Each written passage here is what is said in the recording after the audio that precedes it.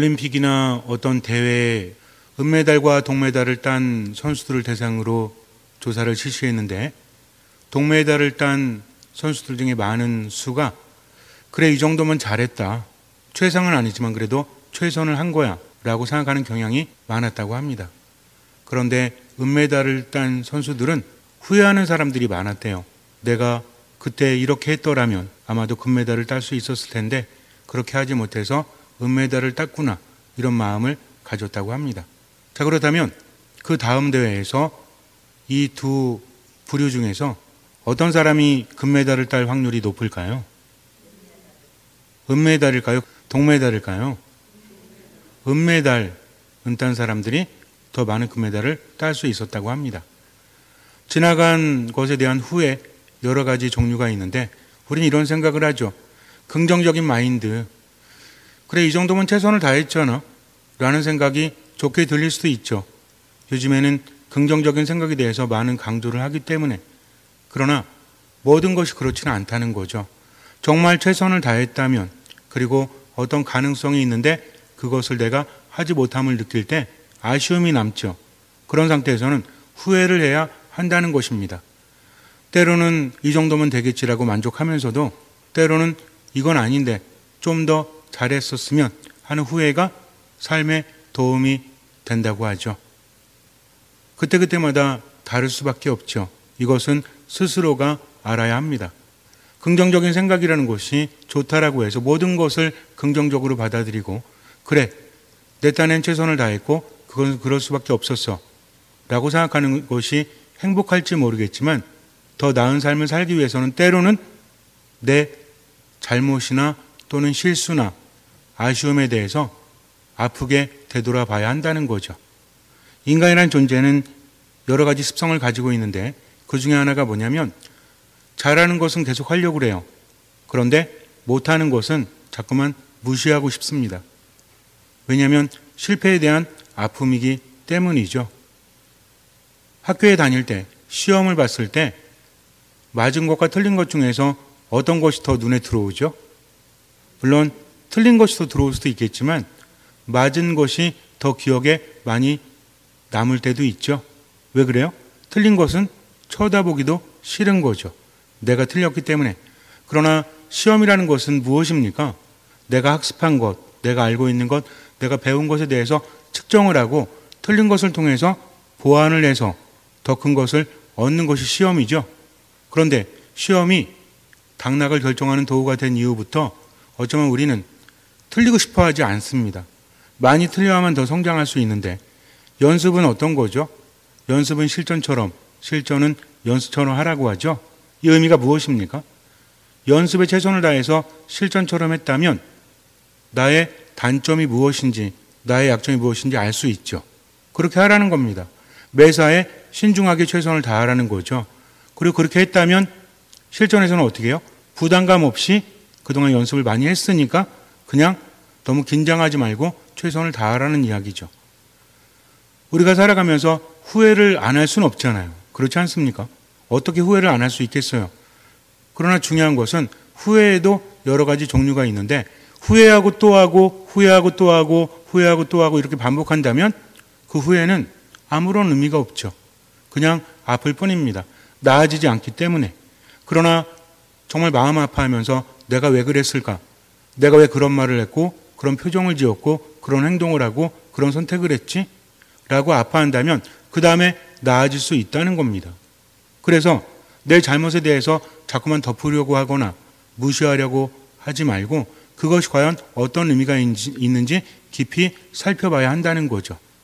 인간의 삶이라는 것은 흐름이 있기 때문에 기분 따라 변하지 않습니다.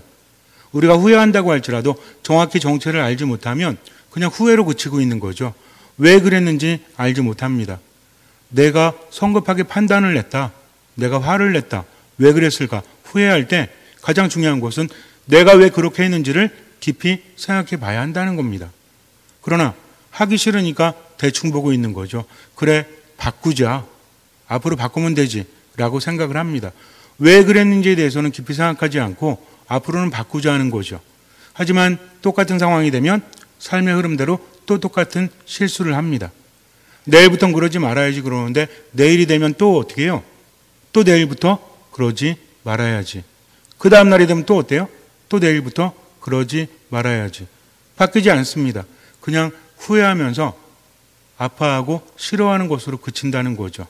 삶이라는 것은 좋은 것도 해야 되지만 때로는 싫은 것도 해야 돼요. 나하고 마주해야 됩니다. 내가 왜 그랬을까? 단순히 앞으로 잘해야 되겠다 이것이 아니라 내가 그럴 수밖에 없었던 상황이나 내 상태에 대해서 깊이 들여다봐야 한다는 거죠. 이것은 너무나 어렵죠? 그렇지 않습니까? 여러분들 누군가 나에 대해서 비난하는 소리를 할 때, 비판하는 소리를 할 때 들으면서 어때요? 기분 좋아요? 기분이 좋을 리가 없죠. 제발 좀 닥쳐줬으면 좋겠죠. 제발 좀 이 시간이 빨리 흘렀으면 좋겠어요. 그러나 그 싫은 순간을 마주해야 한다는 겁니다. 그래야만 내 문제가 뭔지 정확하게 알 수 있고 그것을 통해서 바꿔나갈 수 있다는 거죠. 그래서 운동선수들도 잘하는 것만을 자꾸 하고 싶어 한대요. 자기가 싫어하는 것은 안 하려고 한대요. 시간의 흐름이 다르다고 합니다. 내가 좋아하고 내가 잘하는 것을 하면 시간이 빨리 흐른대요. 근데 내가 싫어하고 잘 못하는 거 하면 어때요? 시간이 잘 안 흐르는 거죠. 어려워하거나 이런 것들 할 때 시간이 참 더디 흐르죠. 한참 지난 것 같은데 별로 안 지났어요. 근데 좋아하는 거 하면 얼마 안 지난 것 같은데 시간이 후딱 지났다는 거죠. 이렇게 인간은 기본적으로 자기가 싫어하는 것을 마주하기 싫어한다는 겁니다. 옛말에 그런 말이 있죠. 몸이 안 좋을 때, 병이 들었을 때는 무엇을 먹어라? 평상시에 싫어하는 것들을 먹어라. 그리고 뭘 먹지 마라? 평상시에 좋아했던 것들을 먹지 마라. 왜냐하면 병이 온 데는 여러 가지 이유가 있지만 병의 원인이나 또는 그 병을 더 키울 수 있는 것이 좋아하는 것 때문이라고 합니다. 그러니까 그것을 좀 안 하는 거죠. 그리고 안 좋아하는 것을 하다 보면 몸이 나아질 수 있기 때문에 그렇다고 해요. 음식뿐만이 아닙니다. 우리의 삶도 마찬가지라는 거죠. 들여다보기 싫지만 내가 왜 그랬을까 하면서 깊이 성찰하다 보면 많은 것들을 깨닫게 됩니다. 우리가 기도할 때 여러 가지 기도의 형태가 있지만 특히 저녁에 기도할 때 어떻게 기도하죠? 반송하죠? 내가 그동안 뭘 잘못했는지 들여다보지 않습니까?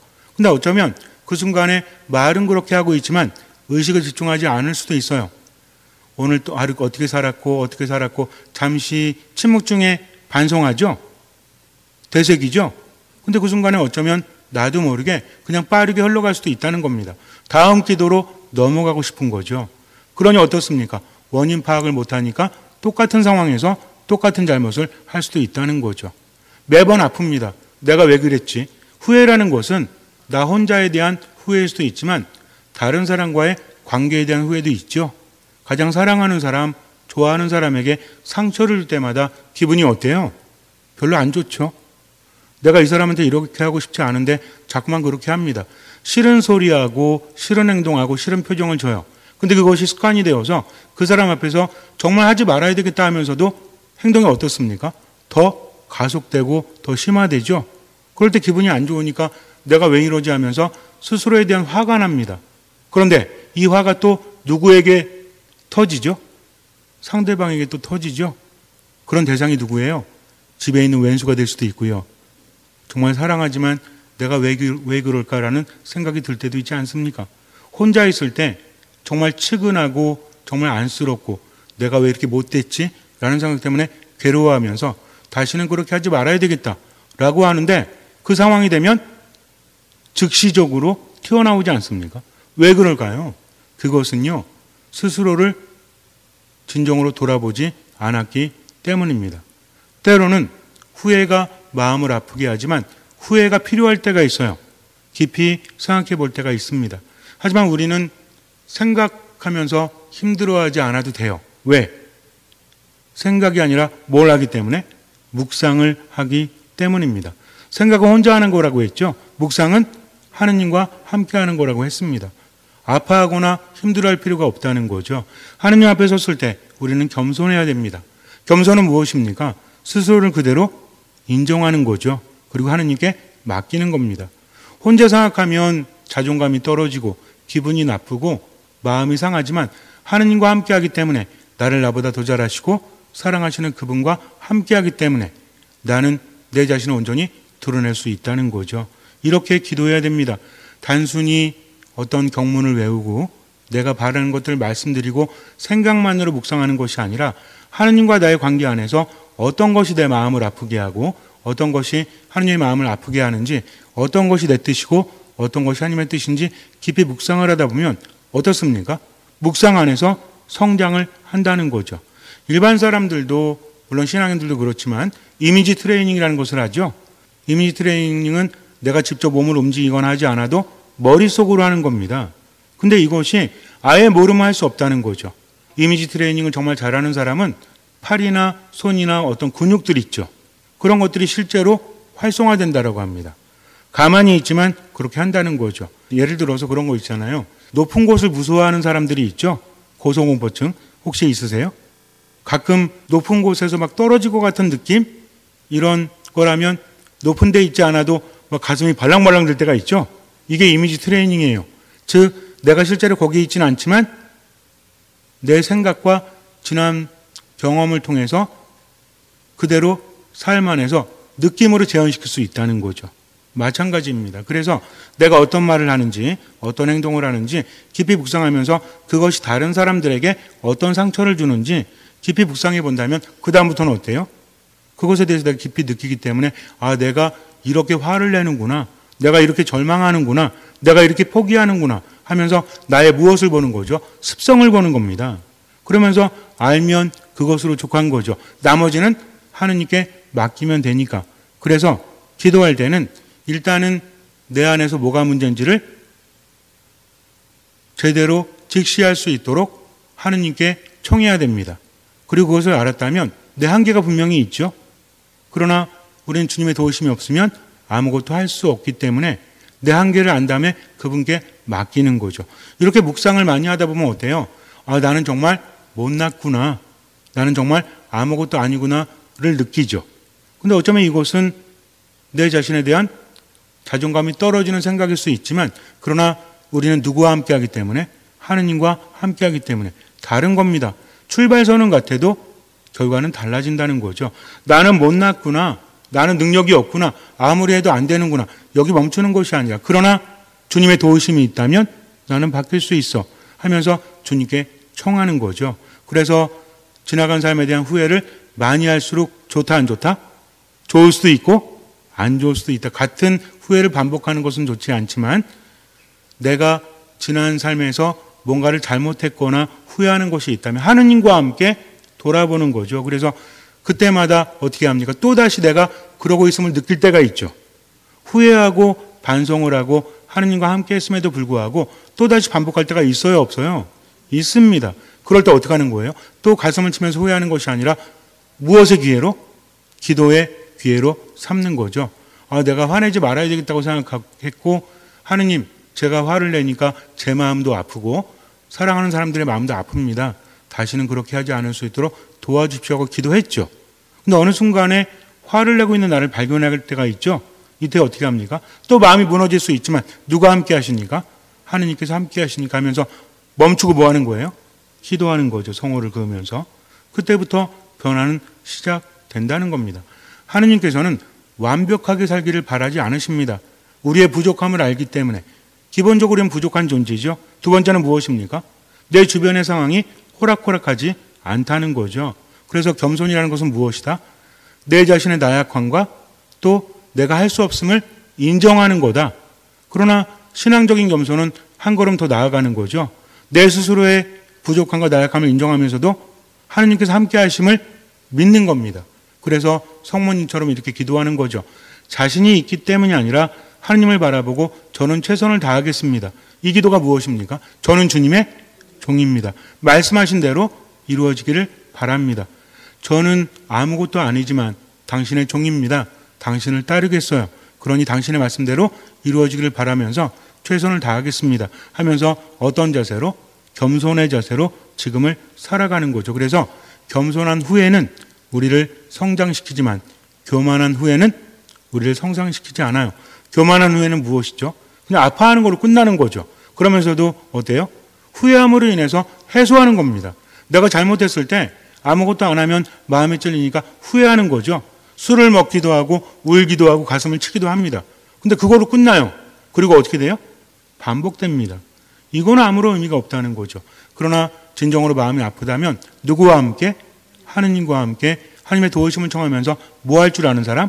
기도할 줄 아는 사람. 모든 것을 인정하면서도 하느님께 맡기는 겸손한 사람이 되어서 지금을 살아가는 거죠. 때론 자존심이 상할 수도 있고요. 때로는 지금까지 살아온 내가 이것뿐이 안 되나. 나이가 들면서 더 그렇잖아요. 어릴 때는 어릴 때의 치기로 그렇다라고 치지만 나는 왜 안 변하지?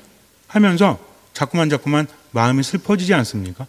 그럼에도 불구하고 그런 자신을 내려놓을 수 있는 것이 무엇이다? 이것이 겸손이다. 진짜 겸손한 사람은 뭐든지 잘하지 못해도 뭐 할 줄 아는 사람이다? 회개할 줄 아는 사람이라는 거죠. 그래서 겸손한 회개는 무엇입니까? 겸손한 답을 말했네요. 겸손한 후회는 무엇입니까? 이게 회개인 거예요. 교만한 후회는 회개가 안 된다는 거죠. 회개는 무엇이죠? 누구께 돌아가는 겁니까? 하느님께 돌아가는 거죠. 지금 이 순간에 내 뜻이 아니라 누구의 뜻대로? 하나님의 뜻대로 슬퍼하면서 절망하면서 스스로에게 분노하면서 가슴을 치면서도 아무것도 나아지지 않는다면 이것은 하나님께 돌아가는 게 아니죠. 지금 이 순간에 하나님의 뜻은 무엇입니까? 나는 너를 너무나 사랑한단다. 그러니 후회는 하되 너무나 스스로 탓만하지 말고 지금이라도 내 뜻을 따라라 하면서 어떤 마음으로? 듣는 마음으로 살아가는 것이 진정한 회개예요. 이것이 겸손한 후회라는 겁니다. 마태복음 21장에서 예수님께서 비유를 들어서 말씀하시죠. 얘야, 너 오늘 포도밭에 가서 일하여라 하고 맏아들에게 말합니다. 근데 이 아들은 어때요? 싫습니다 하고 말하죠. 하지만 나중에 무엇을 바꾸어서? 생각을 바꾸어서 일하러 갑니다. 이 큰아들은 어떤 사람이었죠? 솔직하고 버릇없는 사람이었죠. 아버지가 시키는데 일하지 않습니다. 왜 그랬을까요? 귀찮아서 그랬을 수도 있고요. 또는 아버지한테 뭔가 감정이 있어서 그랬을 수도 있고요. 또는 다른데 정신이 팔려서 그랬을 수도 있죠. 이것을 우리의 삶과 비교해보면 무엇입니까? 어디 가서 일하라고 해요? 포도밭에 가서 일하라고 합니다. 포도밭은 성경 안에서 무엇을 의미하죠? 하느님의 나라를 의미합니다. 즉 포도밭에 가서 일한다는 것은 우리에게 적용시켜보면 뭐예요? 누구의 뜻대로? 하나님의 뜻대로 세상을 살아가라는 거죠. 때로는 내 뜻과 다르다고 할지라도 지금 큰아들은 거기에 직면한 겁니다. 나는 포도밭 가서 일하기 싫은 거죠. 근데 누구는 가서 일하라고 그래요? 아버지께서는 가서 일하라고 하십니다. 때로 그런 말 있잖아요. 성경을 묵상하면서 또는 기도하면서 교회 가르침을 들으면서 원수를 사랑해라, 화해해라, 겸손해라, 그리고 재물에 집착하지 마라 라는 소리를 들을 때 우리는 어떻습니까? 그렇게 하고 싶지 않은 거죠. 누구의 뜻대로 살고 싶은 거예요? 내 뜻대로. 그러면서 내 뜻대로 살아가죠. 그러다가 어느 때가 옵니까? 이거 아닌 것 같은데 라는 때가 온다면 어떻게 해야 돼요?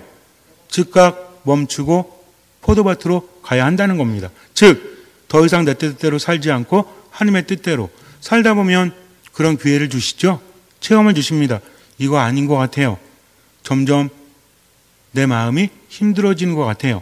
평화를 잃어버리는 것. 그러면 어떻게 하면 돼요? 멈추고 하느님께 돌아간다. 이것이 무엇이다? 겸손한 후에요.